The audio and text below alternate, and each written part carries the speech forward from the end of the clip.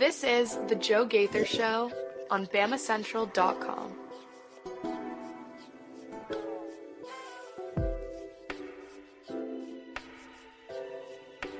Good morning, Tuscaloosa, Internet world, West Alabama. How we doing today on this Friday?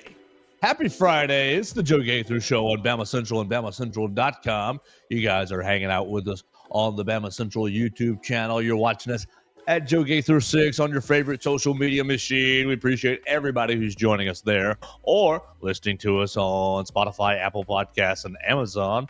It's the Joe Gaither Show on Bama Central, brought to you by Derek Daniel State Farm Insurance. We're live in the Derek Daniel State Farm studios, and we're here with birthday man. Mason Woods turns 21 today. Gonna turn it up and go crazy. Send him 21 shots. What is it, 21 drink challenge or something wild like that? Mason Woods, happy birthday. What you gonna do today to get crazy for your birthday? Stripper, steaks, like shots, yeah. Well, you know. I really do it big every year for the birthday. You know me. Probably gonna keep it easy. I think me and the wife gonna go eat some food tonight. Valentine's Day is also afoot, so probably gonna be a little hard to find a place to eat, I would imagine. But we'll get in and I think we'll have a pretty good time. Okay, Mason Woods. What is this is Valentine's number 2 as a married man, right? Or 3? 2 or 3? I know it runs together, but I think it's 2. 2. What's the move? What's the? You told me a little off air. Man, Melissa's not watching. She's not listening quite yet. What was the special? Was it write a special note in a card? Was it specific chocolate? Some flowers and some chocolates yesterday. We don't really do a whole what is it? Ghirardelli chocolates, like the fancy chocolate? No, just like one of those box sampler things. So it has all the different various, and then of course I get to pick and choose the ones that she doesn't like, so that I get to take them for myself. So that works out pretty well. That's the move, right? Yeah, it went good though. The biggest hurdle was mostly just keeping the cat away from the flowers all night, because he every step of the way is like you turn your head and he wants to just rip them to pieces. Really annoying, but we got through. We had Ramsey thought the flowers were for him. Poor little guy. Well, he has it so hard. He wanted to feel the love. Yeah, it was a good last night. Good morning. I've already started getting phone calls and text messages from family members and things, so it's always good to hear from people. Appreciate all the well wishes. If you want to leave Mason Woods some well wishes, you can do it at Joe Gaither 6 at MAWoods_. That's where it'll be most direct to Mason. And then you can call us at 205-462-7340 extension 800 to check in with him while we're on the air right now, or leave him a voicemail. We'll tell him how much you appreciate everything he's done for the show and tell him happy birthday. Leave him a voicemail this weekend, 205-462-7340 extension 800. Gonna have a lot of fun, hopefully on a Friday. Mason's got a baseball segment planned for All Things Bama podcast. Yes, excited to get into it. Oh my God. So you're gonna get Will Miller. I'm going to snake you, not today, but for the future. Simon Besnoy is my boy, and he's doing baseball for 109. So we're going to make Simon Besnoy the Joe Gaither Show Tide baseball correspondent, because I'm like you. It's like, I know Justin LeBron. That's it. And that was because you told me about him. That's the name that I know. Is Gage Miller still on the team? We'll ask. We will find out today. We'll ask. I bet the way, just as a teaser for the All Things Bama podcast today, I really have just been pitching it to Will as, hey, Will, tell me why I need to watch this team at all this year. Oh, that's all you need to ask him, and he'll just. I'm just going to let him run with it. You've heard him on this show before. I'm looking forward to it. All you have to do is. Well, Will, what about one of the most knowledgeable people on this planet? Like that, and just the tangents go right off of him. I love Will Miller, so make sure you tune in to the All Things Bama podcast to find out about the baseball team, and we'll figure out a time.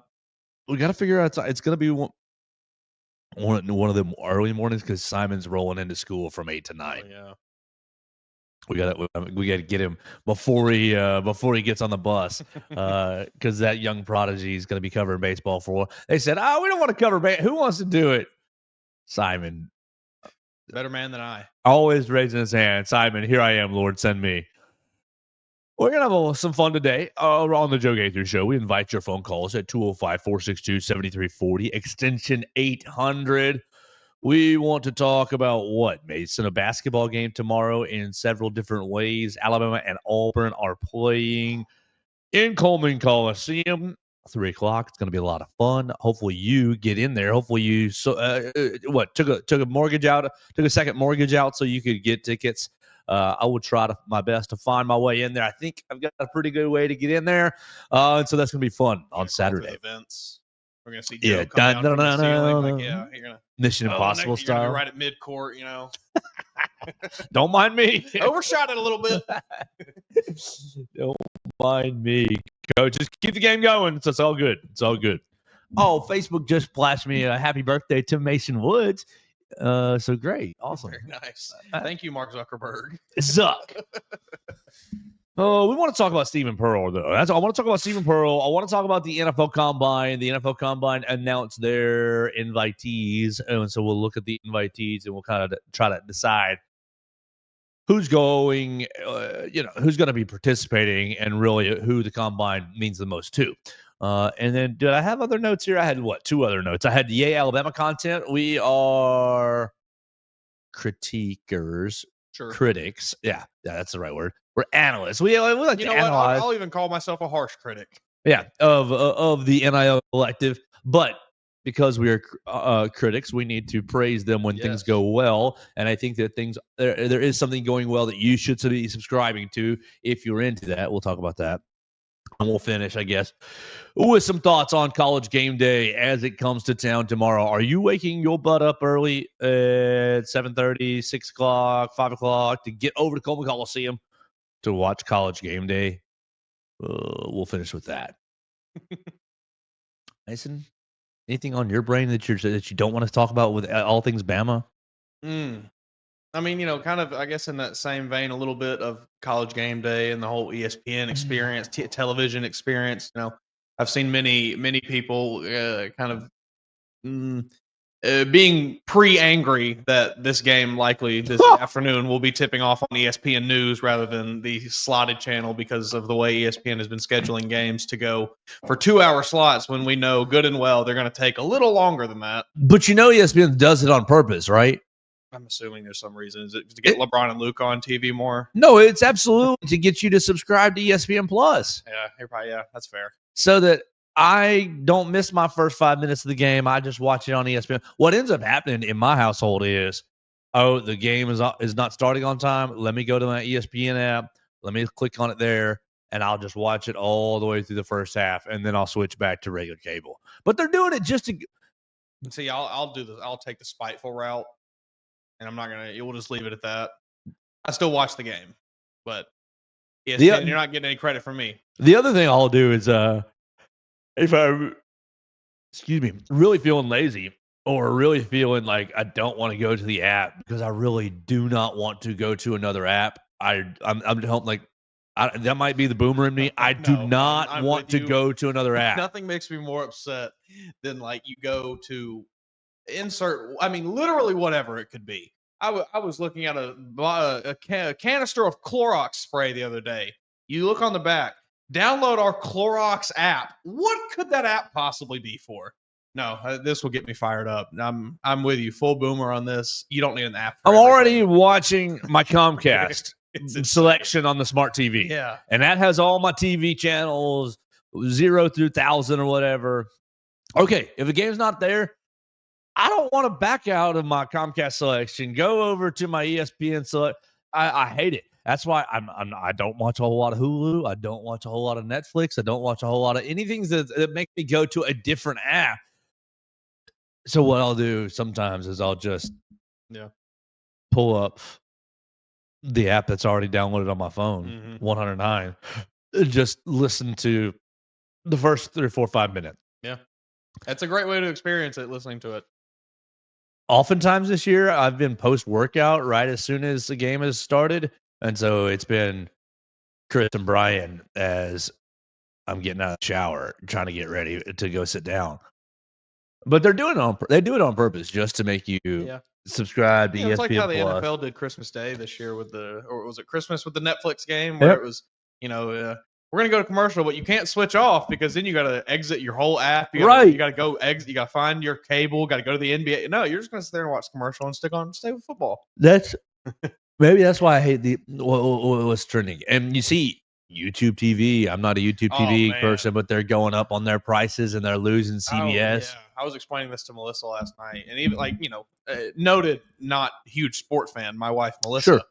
Even she was like, "That's insane! I can't believe they would do that." Yeah, it's preposterous. YouTube TV, our corporate overlords are not looking out for us. Well, we should get used to that. That's about to get worse. Get way worse. What isn't getting worse is Alabama basketball. Woo! I feel good. The closer we get, the better I feel. After okay, if you weren't listening to the Stingray show last night, that's fine. But that's where we're going to start our conversation. The Stingray show airs on Tide 100.9. He's 6-7, I believe. He's 6-7 right after Ryan Fowler, and I guess some nights it gets bumped off programming. But he's 6-7, and I will be on his show from time to time. I appreciate him having me on the show. That's very nice. I was on his show last night. What he does is he pre-records it. It's just fine, no problem. He pre-records it, sends it to the radio station, and you get it. So I did my segment on Wednesday morning, and I am signing into Steven's link. Thank you, Steven, again for having me. As he's finishing up his interview with Stephen Pearl. And I can't remember the last two questions or whatever, but I heard the last two questions and I rolled my eyes. The answers to the last two questions, and I just rolled my eyes. But in the break between Stingray informs me. He said, "Hey, we asked him about Nate Oats. We asked him about the state of Alabama basketball in the state, Alabama, Auburn, this, that, and the other." And he says, and this has thus turned into the story from the show that AL.com has written an article about. Stephen Pearl says that Alabama wouldn't have hired Nate Oats had it not been for Bruce Pearl's success. As I keep going, will you look up what year that was their Final Four? Was it 18 or 19? It doesn't matter because that's outside the point. He says that that Alabama went and hired Nate Oats because of Bruce Pearl's success. What say you, Joe? And I said 18, 19. That's 19. That's Nate's first year, right? Or is it the spring before Nate's first year? I think it was. Yeah, because Norfolk State is still that 19. Okay. I said, Stingray, I don't think that's the case. I don't think Alabama hired Nate Oats because of the success of Bruce Pearl.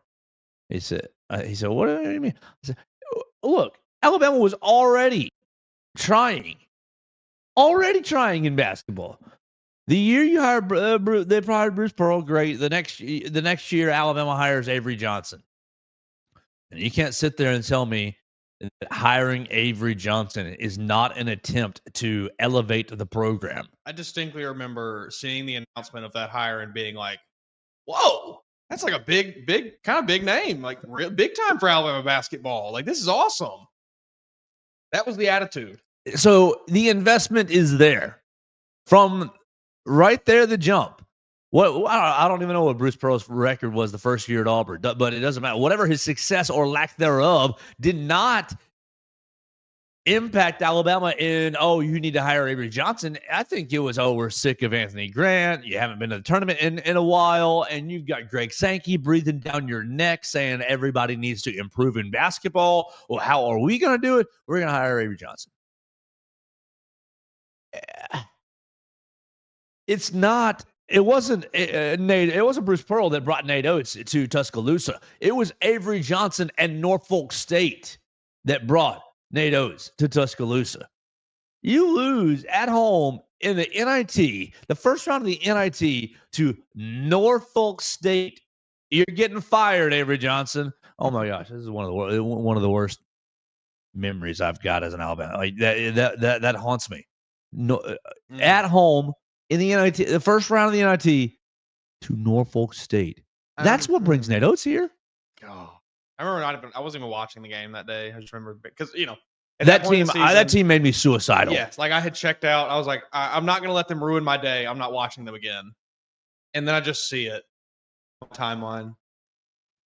Are they the Bison? I think they were. And it was just like, what? I mean, I could not believe it. It was unfathomable. Like we knew Alabama was not a great team. We knew they were a very flawed basketball team under Avery Johnson. But that was you couldn't swallow that one. Extremely unacceptable. At that point, we weren't sitting there thinking we're going to be in the North Carolina class, but we're not in the Norfolk State class. I mean, we can all agree on that. And so, boom, you fire Avery Johnson, or I guess that technically it was a mutual parting of ways. Sure. Avery knew the time had come. Junior was gone. Junior got through school, so my time is up. And I don't know if this was ever true. The rumors that his family was not very fond of Tuscaloosa. I think I had heard that kind of being tossed and scattered about. I don't know about family, but wife. Okay, is what I think. I think Junior liked his time here. I imagine he probably loved his time here. He got to play as much as he wanted to. Yeah, but I did hear routinely that Mrs. Johnson did not care for maybe just the style and pace in Tuscaloosa, which is fine. Yeah, great. Sure. It's not for everybody. I'm sure it's a switch up from. I mean, they were in San Antonio for a while, I think, and he coached all around Mavericks, NBA, Dallas Mavericks for a while. Coached New Jersey Nets, Brooklyn area. Probably quite the down tick. Right. So, Stephen Pearl, I'm sorry. You just need a reality check. You have nothing to do. I'm sorry. We will acknowledge Auburn's success because we're not idiots. We will acknowledge, yes, you've been successful over the time. I mean, you're not. Who's a bad coach in Auburn history? It's not Tony Barbie. You're not any of these coaches that you have elevated. You and your daddy have elevated. No, your daddy has elevated the program, and you've just been sitting on the bench yelling rah rah rah, which is okay. A lot of sons do that, but just remember to stay in your lane.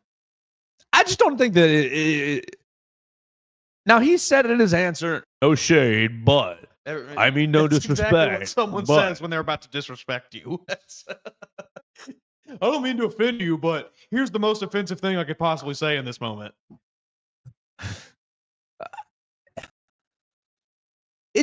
Bruce Pearl, for the record, started his Auburn career 15-20 first year, 11-20 second year, 18-14 third year, and then finally it catches on 2017-18 season, goes 26-8, wins or go to see a tournament, and then the next year makes the Final Four at 30-10. Okay, hold on. He gets here. Yeah, his first year is 19. So, read me the first two seasons again. 15-20, no tournament appearance. Yeah. 11-20, no tournament appearance. So that's 26-40. That's success? The next year we got 18-14, no tournament appearance. Obviously it takes time. And I'm not sitting here, but you're just wrong, Stephen Pearl. Like, it was not because if Avery Johnson had worked out, he'd still be coaching here. Yes. If he were good, he'd still be coaching here. Yeah. If he'd done more than rode Colin Sexton's butt to a miracle tournament run, he'd still be here. Yeah. The investment was already rolling, and it was, this first round of the experiment did not work. Pull it quick. Pull the plug quick, and let's go reset it quick. And, luckily they did. Got us where we are now. But I think you're exactly right, and that's the point that is being completely missed here, is that Alabama doesn't lose to Norfolk State in that game. Avery Johnson probably continues to stay here the next year. And then who knows?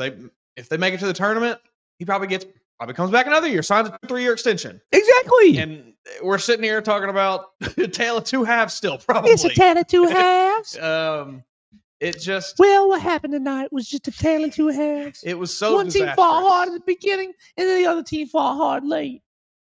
It was a disaster. So you had to fire Avery Johnson. Buckle up. You got to buckle up. We just want everybody in Tuscaloosa to buckle up and get ready because we're coming. Oh. I mean, man, why did Colin Sexton Well, that still amazes There me. was some relationship with Sexton and Johnson, or Sexton and Petway. Pretty sure it was Sexton Petway. Pretty positive.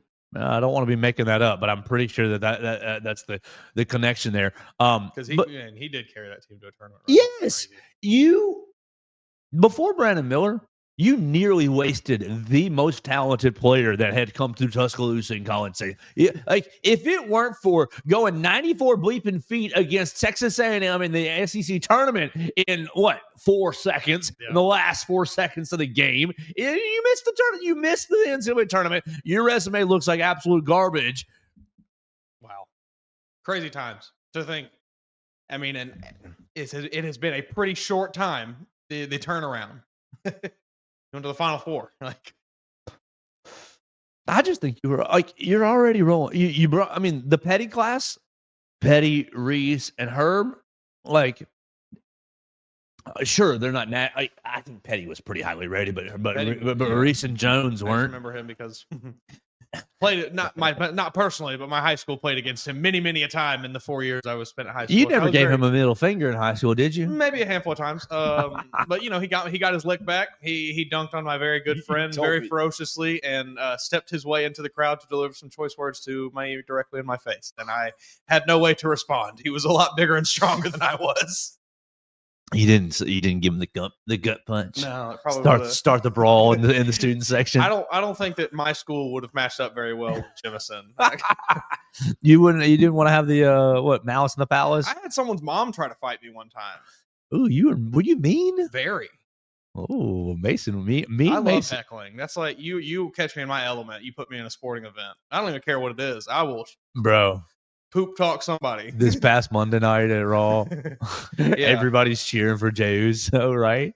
Great. And I'm cheering for him too. But the second that Gunther comes out, it was the bad guy. Everybody, boo, boo. And I'm just, yes, a real champion. Yeah. And he's just messing him up. And they're all like, oh, no. And I'm like, yes, again. That was good. Yeah, no. And the kids are turning, looking at me like, ah! And I'm just like, hey, I am just into this right now. I'm just I love that. Put me in an arena with about 10,000 other folks where it's just one voice among the crowd, and I'll say whatever. Hey, I can make this voice boom. They're having a segment on Monday, and I didn't go back and watch Mondays, but I want to fast forward because one of the segments that they had was just like a little talking segment. It was literally 4 rows away from me, and I am you, and I just want to go back and see if I can hear just one time of that's my voice. Oh man.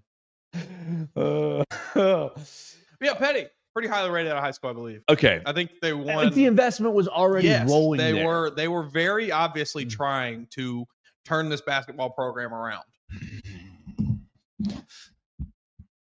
And I say that as someone who was not like a super plugged in Bama Hoops fan at the time. Even I could see it from a very outsider perspective. Like, okay, Alabama's really trying to do some things.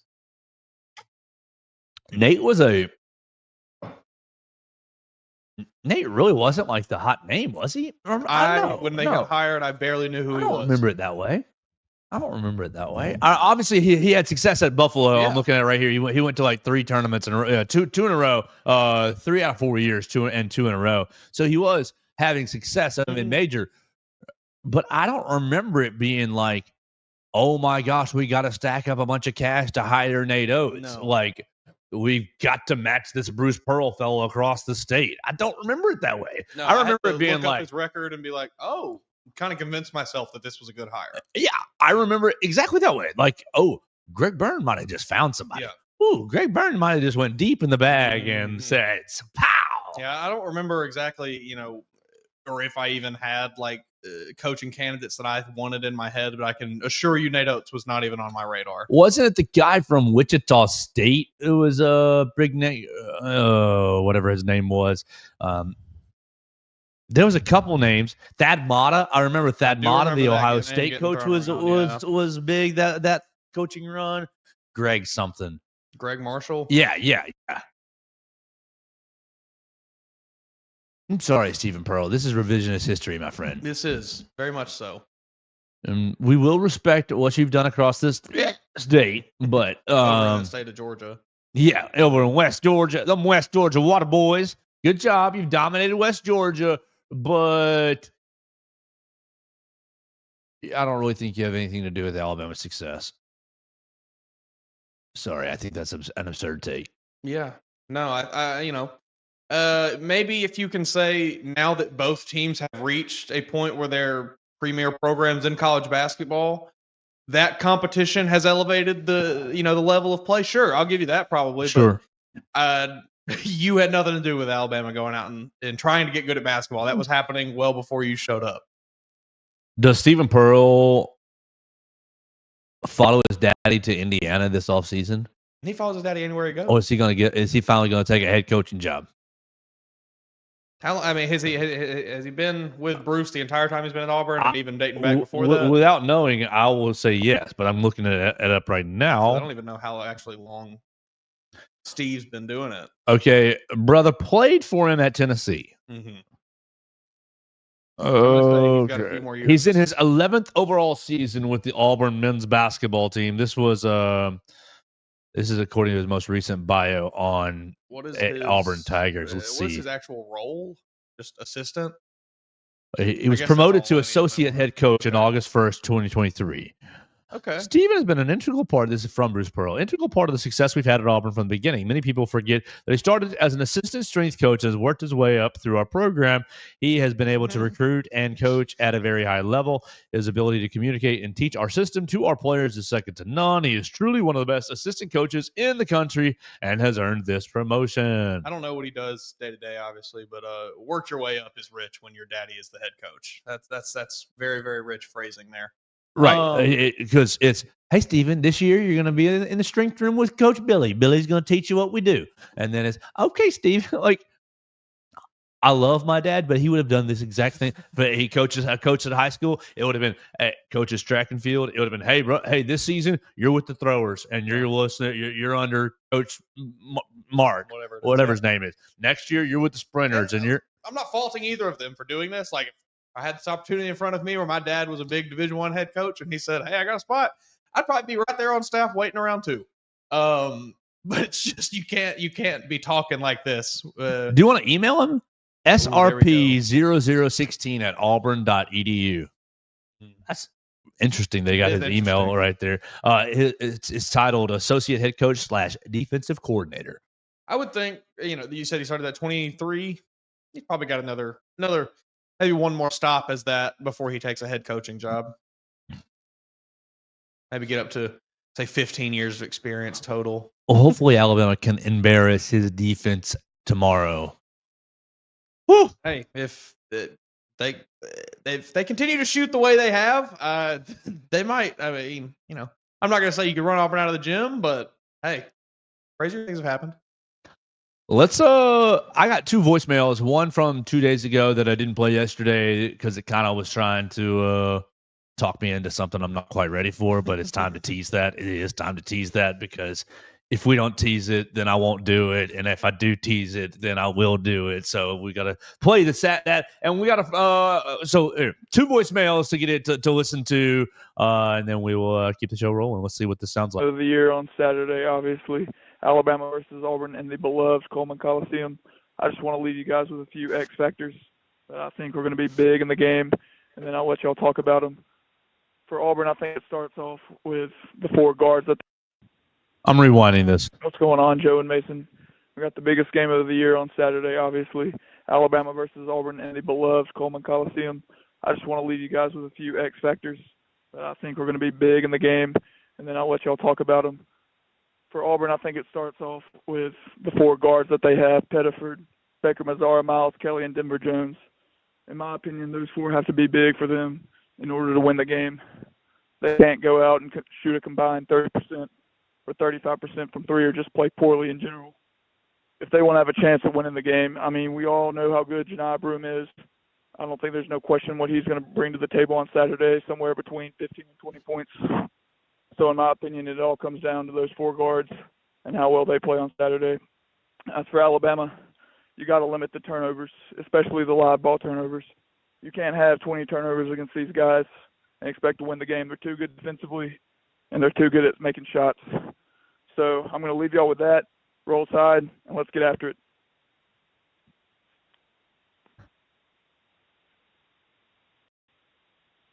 Hey, Joe and Mason, love the show. I've got a problem, though. I've got that song stuck in my head, and I'm going to need you guys to play the song. Joe, you've got to play the song. The people need the song, Joe. Play the song. The people want the song. Roll Tide. Oh, Roll Tide indeed. Roll Tide indeed. All right, let's start with the first one because that was easy. I think Go for it. I've mentioned, and I think this week, last week, Alabama's seeming propensity to let a team's non-leading scorer go off against them on any given night. Todd Pettiford scares me as that kind of player. It frightens me that he could show up on Saturday and there's 38 from the freshman, and then we're sitting here talking, we have to have the LeBaron Philon to Todd Pettiford conversation with Auburn fans all week. Because the caller's right. Janai's going to get his period. Yeah, he's going to get 22 and 10 rebounds probably. And Denver Jones is probably going to be right behind him. Pettiford worries me. I've got an Auburn friend who has, sung his praises to me all year, and I've You have Auburn friends? Auburn acquaintance. That's the person who needs to have the number. Seriously, Yeah. give the number. I gave it to him. We just gotta wait on a call. Tell him USOB. This, that, and the other. But yeah, he's been telling me about and it's been being in the line of work that we do. Usually, I can combat many sports arguments with my friends who are not plugged in onto the day-to-day happenings like we are. So it's been pretty easy to shut down the LeBaron Philon versus Todd Pettiford debate because you just NBA mock draft. Oh, LeBaron Philon, I see his name. Oh, I don't see the other guy's name. The times are changing though. As we get later and later into the season, you start to see that Todd Pettiford name creeping up into the, maybe he's getting mentioned as a first-round pick. Maybe pick 29, maybe 28. So Pettiford's not one of the ones that could benefit from a transfer like Aden Holloway did. Could he? Possibly. I mean, I'm just teasing. Welcome aboard, though. Hey, if you want to leave, the door's open. But he just worries me a bit. I think of those four guards, he is the strongest candidate to drop a 35, almost 40-point game on Alabama. He and Denver Jones. Denver, I think he was 5 of 7 on Tuesday night against Vanderbilt. I'm with you. I think that those two guys. I think Callers brings up a good point because I've been worried about contending Janai and trying to contend with Cardwell in the paint. You might just. But why don't we just concede that and try to get after these other guards, try to get after keeping these guards contained a little bit. I think that might be a better strategy. Could be. I at least appreciate the other perspective there. Do you think that the Stephen Pearl comments have, one, even gotten to NATO? Yes. I'm sure they have. And two, do you think they're affecting his game plan at all in how, I'm going to come out here and I'm going to show these boys something they ain't seen yet? No, but I do think it adds a little extra juice in the huddle. A little extra. Got it posted to the whiteboard. Yeah, I just think that Coach Oats is real. I believe, maybe this is wrong, but I believe he's really plugged in. So, Coach, how you doing? Happy birthday to Mason. Thanks for listening. We appreciate you. Roll Tide. But I think that there's nothing that he can do as far as hey, let's roll out it's John Petty's music. Right. We're not going to be pulling John Petty off the bench. Oh my gosh, it's Brandon Miller. Right. He's not going to break out some basketball play that's never been run before. Oh my! It's the picket fence. Horns! Oh my gosh! Maybe we see a unique lineup or something potentially. Though I don't know. They're running horns.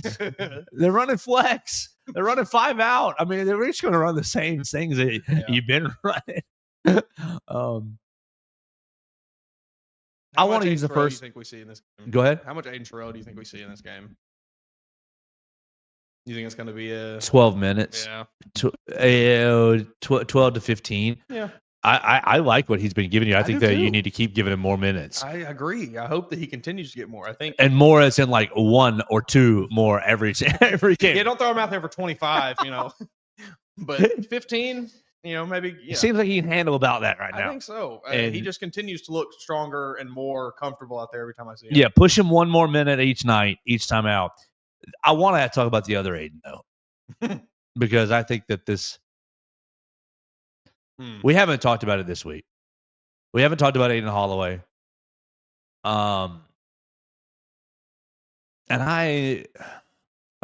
we haven't talked about it because I can't really put it to words yet, and so we're just going to talk it out right here. I'm fascinated by this. I'm fascinated by what this young man is going to do, and every time that Aden Holloway has been asked about the rivalry after the comments of "Sold Me a Dream," those were last spring, early summer. "Sold Me a Dream." After those comments, and everyone just went crazy about them. And of course, we did too, because they're funny. And we're still talking about it. It makes it easy content, right? But since then, he has essentially, from my perspective, given off don't care, moving on. I'm not motivated by a rivalry. I'm here for myself, and I'm here for Coach Oats' system, and I'm here to be a part of this team, the Alabama team. I'm here. He has not really given any sort of rope or any sort of leeway or any sort of crumbs of, oh, he's still butthurt, or oh, he's still got rivalry in him, or oh, this has got some extra juice in him. So he's not giving that off. But I'm fascinated because it has to be there. And maybe it doesn't. And maybe that's my short-sightedness, my lack of maturity. But to me, I would be all week long, month long on February 15th in practice. On February 15th, you mother bleepers better be ready because I ain't losing to my old team. Yeah. I'd be just losing my mind. Yeah. Over it. But he hasn't given any ounce of it. He hasn't given any indication. Now, I'm not at practice, but in any sort of fashion, he hasn't given any credence to this game to get a little more juice to me. I wonder if it's, because he is playing exceptional this year. Yeah. Like, night and day compared to what he was last year. And I wonder if it's just like, man, I'm playing so well, I don't give a damn about Auburn anymore. I almost wonder if it was like, if he was shooting 20% from 3 this year, averaging 5 points a game or something, then it'd be like, he'd be a little feeling some type of way about going out and maybe trying to dominate Auburn. But I think his play has outshined the fact that, he transferred from Auburn to Alabama. Like, it's almost, nobody feel like, at least, it's not being talked about as much because it's just Aden Holloway is playing amazing. And I think maybe that has something to do with it, with his attitude at least, allowing him to not really dwell in that and just kind of move on. I'm sure outside of press conferences and, in private conversations and things, he has mentioned Auburn and mentioned things that he would like to do on this Saturday in this game. But I really don't know that it's a huge motivator for him so much as it's just kind of like, that'd be the icing on the cake. But he's already gotten his cake at this point. Yeah, you're shooting 50%. 50% from 3-point land in conference play. Utterly absurd. Compared to last year, they're all, he's a terrible shooter. He's shooting Auburn out of games. I didn't watch every Auburn game last year, but what it seems like the difference that he is being asked to do is handle the ball less, shoot more, and play off of the dribble as far as slashing, not I have to get to the rim to make all these decisions. I have the whole offense in mind. Now, there have been times he's leading the offense. Yes, absolutely. He's playing point guard. You are playing point guard. You're leading the offense. I just think on the whole, it's been so much more catch and shoot. It's been so much more when you get to the rim, your decision making is A or B instead of everything else. Also, I mean, I think it's just, it's a lot less pressure. Like he went into Auburn as this very highly touted recruit. Everybody thought he was going to be fantastic as a true freshman. And then, I mean, just being objective, he did not live up to expectations at Auburn. And then he transfers to Alabama. And I think a lot of the Alabama fans were kind of on the fence about it a little bit. It was like, well, this guy kind of sucked when he was at Auburn. Why are we going after him so hard? I don't know. The real basketball fans knew, and a lot of people knew he could be good and saw the potential, but it was still kind of, it was just a little unsure. So I think maybe that has allowed him to kind of fly under the radar a little bit through the first part of the year. And as he's started to feel more comfortable, he's just been playing better and better and better. And I think he just kind of, he finds himself a little more in this system where, like you said, he's not asked to be the main option. He doesn't really have as much pressure on him. It's more of a surprise when he does really good rather than it's expected. So what do you think his line's going to look like tomorrow? Because I think it depends on that first shot. Yeah, my gut, despite how well he's played, my gut is thinking 3 for 10. Yeah, something bad, something like two of 8, 2 of 9, 2 of 9 from deep, 2 turnovers, 3 turnovers. Might get me 12 points, but I think if he comes out, I just think the moment is huge. Yeah, it is. I think if the first shot falls, he's cooking. And if he feels that, you get that confident. And I don't play basketball, but from everything I understand, there's the mental aspect of it has so much to do with getting into a hot streak and feeling for sure. like the confidence that I'm going to make this shot. If he makes that first one, I just feel like they'll just keep rolling in from there. If he comes out and he bricks one off the front iron, you might have a long night. Oh, Get Holloway a good look right there at the start. A layup, coach. A layup. Sure. And just let him go from there. I'm not feeling very confident because I just think the moment is so big. Yeah. The last time he's going to try to force it and turn the ball over too much. Yeah, the last time that I think a moment was this big for an Alabama-Auburn game for a young player in an Alabama uniform. Brandon Miller? No, I was thinking about J.D. Davison going down to Auburn and going scoreless. No, that's right. And going scoreless after spending the entire warm-ups and jawing with the Auburn fans. And great, I was sitting there typing on my computer like, this dude's about to go for 60. Like, they don't know what's about to happen. And then it was just crumble in the moment. I'm concerned for Aden Holloway. That's where I'm at there. Yeah, I think it's warranted.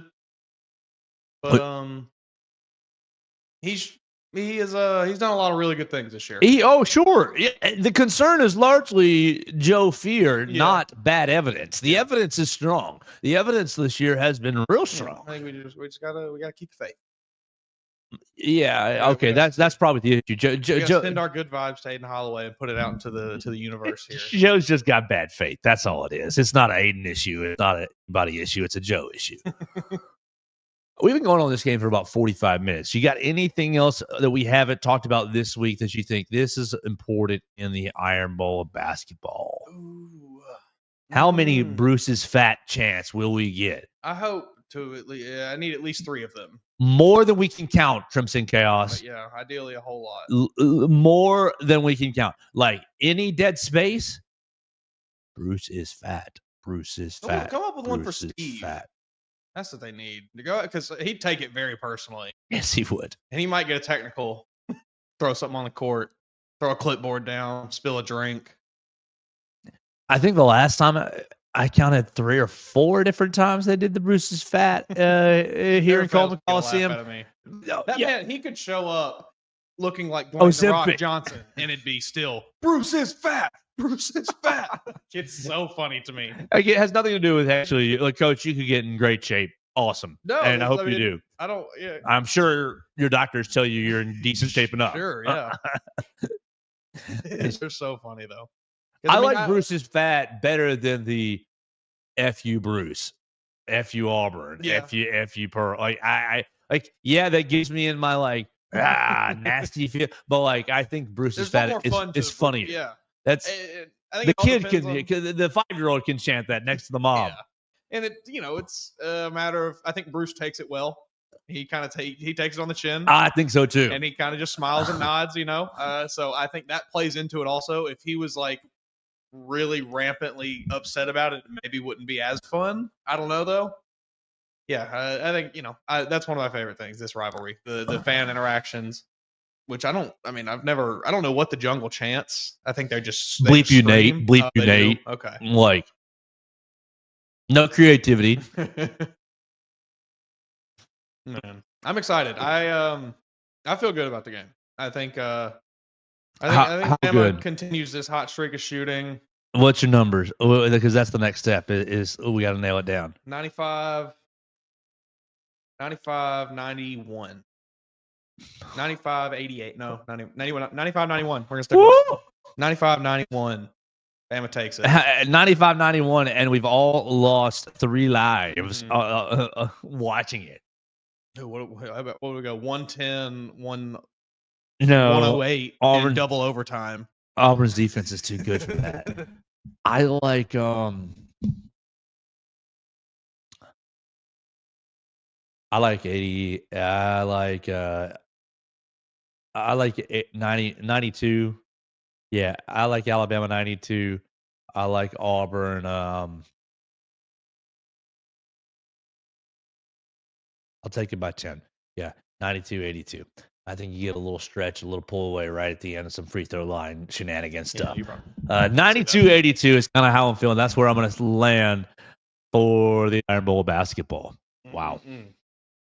Next time you hear from us, it'll be either elation or defeat. Oof. And we especially want you to use the voicemail line on Saturday before the game, during the game, after the game. Let me know what you think about what's going on in the game. You can call in the voicemail line and just chant Bruce is fat as many times as you can. 205-462-7340, extension 800 is how you can have your voice played on the show. We'd love to have your voice played on the show. Win, lose, or draw. If Alabama loses and you want to cry, great. If Alabama loses and you're an Auburn fan and you want to celebrate, great. If vice versa, you want to troll on Auburn when Alabama wins, hang out and do that too. 205-462-7340, extension 800. Did Alabama only hire Nate Oats because Bruce Pearl had some success? You can answer that on the voicemail line as well. We want to tell you about our friends, Derek Daniel, State Farm Insurance. That's where we are today.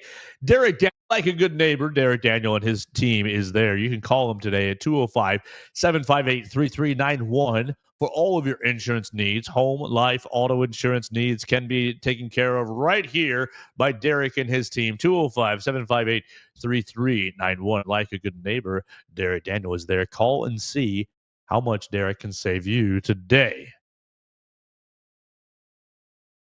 Having a lot of fun hanging out with Mason Woods on his birthday. Wish Mason a happy birthday at MAWoods_ on the Twitter machine, or call and leave him your special voicemail, 205-462-7340, extension 800. It takes 2 seconds to go, happy birthday, Mason. Click. Perfect. Let's finish it up. We're going to skip the combine because who cares? And you got several Alabama guys invited, whatever. Let's go straight to College Game Day, what it's going to be tomorrow, and then we'll wrap it up. We'll have all things Bama podcast, and we might get into those topics there, but mostly we'll have baseball. Let's talk about College Game Day, what it was last year, what it's going to be tomorrow, and what your plans might be. First, Mason, what did you do last year when Alabama and Tennessee met? You had College Game Day coming for the first time. Did you watch it? Watched it at home. Okay. A little bit, I think. Mostly just did my normal thing until the game actually started, though. Probably watched, I would generously estimate about an hour of it. Do you watch the basketball version of Game Day normally? Not particularly. Yeah. No, not regularly. Yeah. I mean, admittedly, I don't watch the football version regularly either. Yeah. I'm gonna sound like an old man. Do it. but Pat McAfee gets on my damn nerves. I can't do it. You just gained some fans, I'm sure. Yeah, man. You just definitely gained some fans. You're fun. I like the clips. His TikTok, YouTube clips, minute and a half, 2 minutes max. Those are funny. That's how it is with me and Cannot do 8 hours of Pat McAfee or however long, 8 a.m. to whatever the game time is. Can't do it. That's how I feel about him in wrestling too. Same way. Teeny dose. When he's on a match, he's calling. If you listen close, the main guy will say, "Oh, it's a power bomb," and they'll go, "What a power bomb!" It's just a parrot machine. He drives me nuts. Not his biggest fan. He drives me his nuts. Shtick has gotten a bit old. I mean, his energy level's on 10, and that's Sure. fun. The reason I ask is I wanted to get some context before, and I'm with you. I hardly watch the football version. I watched a little more now that Coach Saban's on there. Yeah, and I almost never watch the basketball version. Mm-hmm. So what it was last year, you're going to have to get to there. Okay, it's going to go, 9 to 11? 9 to 11. Doors open, I think, at 7:30 for students and I think 8 for everyone else. If you're not going as a student, I question why you would go anyway. Look, go enjoy yourselves. Don't let me talk you out of something. But after seeing what it was last year, I'm not going on Saturday morning. I'm going to sleep right through it. I'm going because look, they piped the TV show through the speakers in Coleman, so you can't really hear it that great. Mm-hmm. Everyone's restless, so no one's really paying attention to the actual show on the floor. It's very, very, very, very cool that Game Day is coming back for a second straight year. You've had it 2 years in a row, your first two times ever. Yeah. And it was super cool to be on the floor last year watching Game Day, from behind the set or whatever. But it was nothing like the football experience. Yeah, they really pull out all the stops for football. They have a lot of stops for basketball. They're probably filming 94 feet, the segment with Jay Billis, today. So you're not going to watch him. And even if you were you going to watch Jay Billis walk up the floor with Mark Sears? No. That's okay, you're going to have an interview segment with Nate Oats. Yep. Great. Nate's going to look great. He's going to look all dressed up, and he's going to give you the best. He's a great talker. He's going to be good on TV. Okay, great. There's probably going to be some segments. I bet you there's going to be a Wimp and Sonny segment. It's got if College Game Day goes the entire 2 hours and does not do a segment on Coach Sanderson and Coach Smith and their rivalry in the 80s and early 90s, then you've missed it. But you can see that on your TV. Everything that you're going to see in the stadium for College Game Day would be better experienced at home. Yes. Yeah. Yes. Because the sound's not good. I don't know. Last year I got my fill. And I appreciated being there. Got me some good photo opportunities. I guess you can see that's my profile picture on a lot of my stuff. But we, from the media standpoint, we didn't write anything as far as breaking news, XYZ said on College Game Day. We stood there and watched for 2 hours a TV set, a TV production, which is cool. It was definitely cool. But there just wasn't a whole lot of the only action was the half court shot at the end, and the guy did make it. Hey, he made it himself $19,000. I'm pretty sure was the 19 or 21. He actually received it. I saw somewhere somebody did that. I don't remember where it was, but they were contacted after the fact and told that their foot was on the lines. They would not be receiving their money, which is so insane. It was at UMass, and get out of here. Yeah, get out of here. I'm gonna sue you back. I'm not gonna sue a lot of people, but I'm suing you. I made the shot. Yeah. I'm not Kevin Durant. This isn't the NBA where I'm getting eliminated because my toe is on the line. My season is over. All right, it's going to be a lot of fun tomorrow. Look, I do hope that if you're planning on going, don't let me stop you. I hope that you go, and I hope that it's a better experience than the two of us are expecting it to be. Right. Don't let me stop you if that's what you want to do. But I just didn't think it was an experience worth doing again. What I would rather do is get you good morning sleep. You wake up, at a good time. And I think I saw doors are opening way early. I'd be in line, I would be skipping the game day stuff to be in line for the actual game on Saturday. We'll talk to you on Monday on the Joe Gaither Show. We're going to get out of here for the day. We all got to go celebrate Mason's birthday. We got Shots of Patron and Jaeger all lined up here at 9 a.m. in the studio. So we're about to get wild here. 21st birthday celebration for Mason Woods. Find him at M.A. Wood. Here in the Derek Daniels studio. Yes, sir. Big old two-man party. Woohoo! Pause. But we will talk to you on Monday at 3 o'clock. Mason's going to work at Home Depot, and we will go live at 3 o'clock. We're going live at specific times so that you can use the phone line.